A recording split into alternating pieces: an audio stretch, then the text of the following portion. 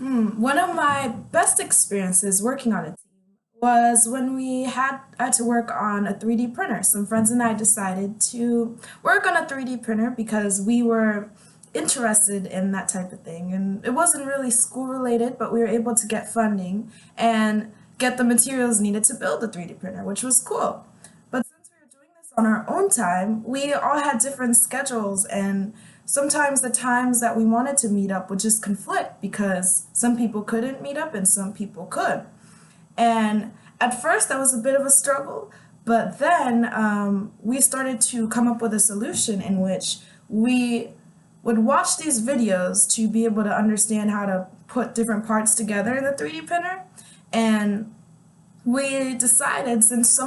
most of the time we would be working on it individually and then just kind of like hoping that the other people would understand what was going on, we realized we could just write the videos that we were watching on the whiteboards in our classroom, and we could put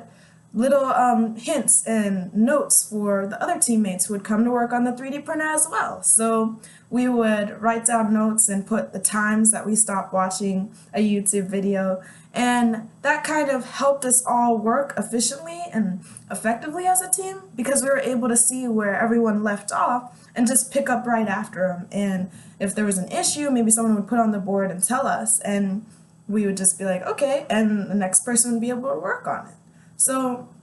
that was one of my best experiences, just because it was unorthodox and we were working as a team, but mostly as individuals as well.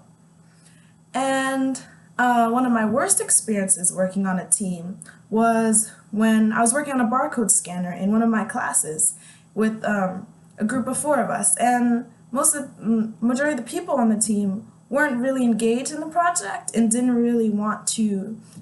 help out, and that was kind of